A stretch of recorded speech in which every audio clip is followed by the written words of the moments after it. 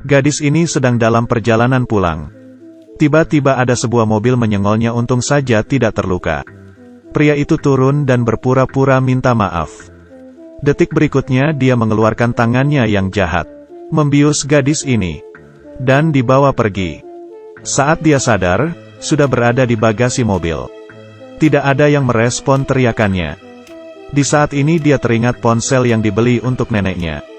Dia segera mengeluarkannya dan menelepon polisi. Setelah polisi menerima telepon, mengetahui bahwa gadis ini bernama Jenny, seorang murid dari kelas seni tari, tetapi tidak dapat mendapat lokasi dari ponselnya.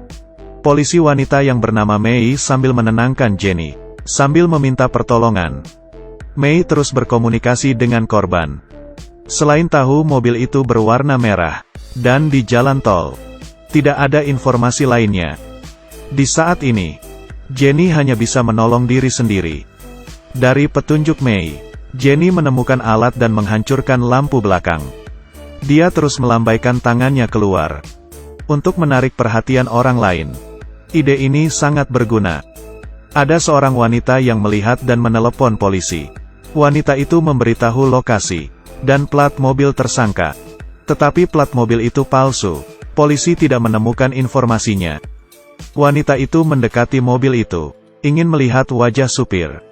Tetapi diketahui dan menukar jalur, turun ke jalan raya. Setelah polisi menerima informasi langsung berbalik. Mei tetap berkomunikasi dengan Jenny, menyuruhnya mencari sesuatu yang berguna di bagasi. Tetapi setelah Jenny melihat sebuah sekop, dia putus asa. Dia mengira penculik ini akan menggunakan alat ini untuk mengubur dirinya. Mei terus menenangkannya. Jenny yang sudah tenang, merobek baju merah yang ada di bagasi. Kemudian diikatkan menjadi satu dan dilemparkan keluar. Melalui informasi ini, Mei melaporkan kepada rekannya. Di saat ini mereka tiba di lampu merah. Paman di sebelahnya memberitahu ada sesuatu yang jatuh dari bagasi. Penculik ini melihat dari kaca. Dia langsung menutup jendela.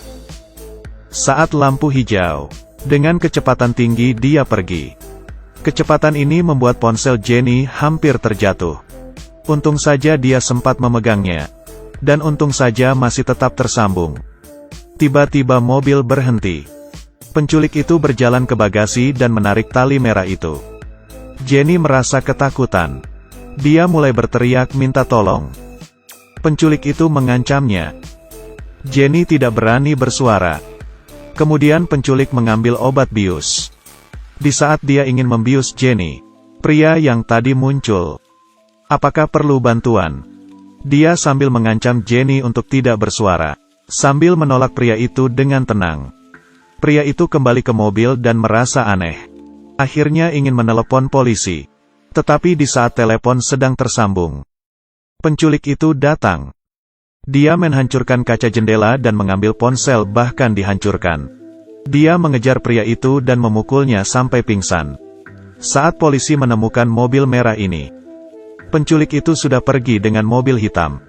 Pria itu juga dimasukkan ke dalam bagasi. Jenny menangis dan melaporkan pada Mei. Kemudian pria itu sadar. Dia terus berteriak, dan terus menendang tempat duduk belakang. Mendengar suara penculik itu berhenti lagi. Dia membunuh pria itu dengan obeng. Jenny putus asa ketika melihat mayat pria itu. Bahkan dia sudah mengucapkan kata-kata terakhir, menyuruh Mei merekamnya. Mei terus menenangkan Jenny, menyuruhnya memeriksa identitas pria itu. Dia menemukan KTP pria itu. Dari nomor KTP, ditemukan nomor plat mobil hitam. Langsung diberitahukan pada rekan pencarian. Di saat ini bensin hampir habis. Dia mengendarai mobil ke pom bensin. Agar tidak ketahuan, dia memilih untuk mengisi bensin sendiri. Di saat ini Jenny mencoba menyelamatkan diri sendiri lagi. Dia menemukan kesempatan baru. Tempat duduk belakang terbuka. Dengan sekuat tenaga Jenny juga tidak dapat memegang pintu mobil. Dia melambaikan tangan keluar. Petugas yang membelakangi sama sekali tidak melihat. Akhirnya, Jenny memilih untuk berteriak minta tolong. Akhirnya petugas melihatnya.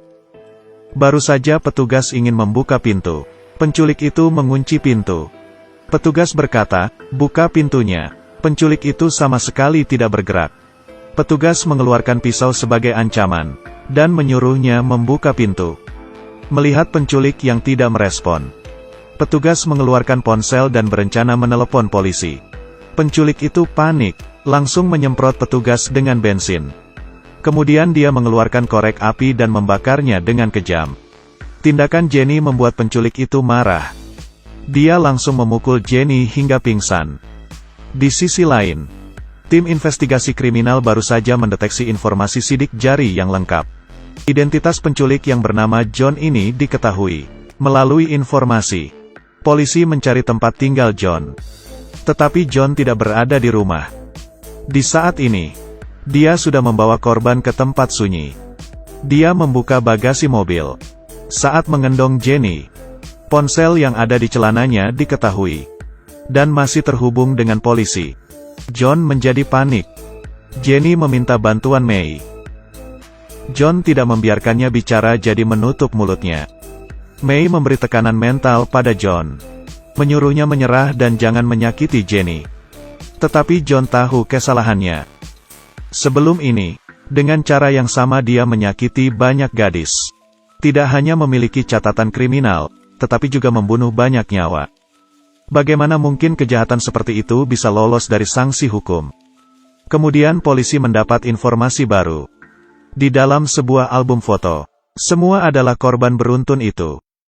Di saat itu ada yang melihat mobil hitam itu. Polisi menyimpulkan bahwa John berada dalam kampung halamannya. Polisi memeriksa tetapi juga tidak ditemukan. John tidak ada di sana. Setelah hilangnya petunjuk, semua kembali ke jalan buntu. May merasa bersalah, seharusnya tidak banyak bicara dengan John. Rekannya menyuruhnya beristirahat. Tetapi dia menyetir mobil sendirian ke kampung halaman John. Setelah masuk dia tidak melihat ada yang aneh. Kemudian dia keluar ke halaman, melihat ada ruang bawah tanah. May masuk dengan hati-hati. Mungkin saja penculik itu bersembunyi di dalam. Akhirnya dari celah pintu, dia melihat Jenny yang terikat dan John. Tiba-tiba John berdiri. May langsung masuk ke sebuah kamar. Dia terkejut melihat semua ini. Belum sempat takut, dia segera sembunyi. John masuk.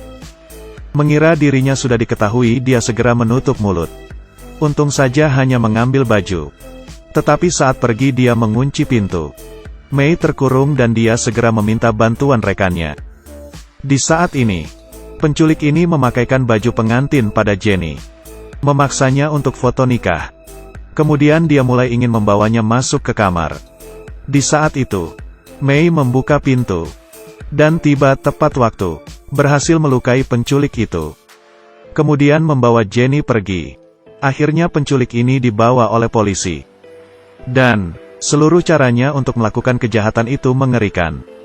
John memiliki seorang pacar yang belajar menari. Semenjak dia ditolak dari lamaran, pacarnya terbunuh. Sehingga membuatnya sakit jiwa, dan mencari gadis yang belajar menari sebagai target.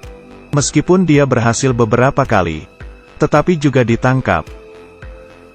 Akhir dari cerita saya mau memperingati para gadis. Jika keluar sendirian harus berhati-hati, jaga diri. Baiklah, sampai jumpa.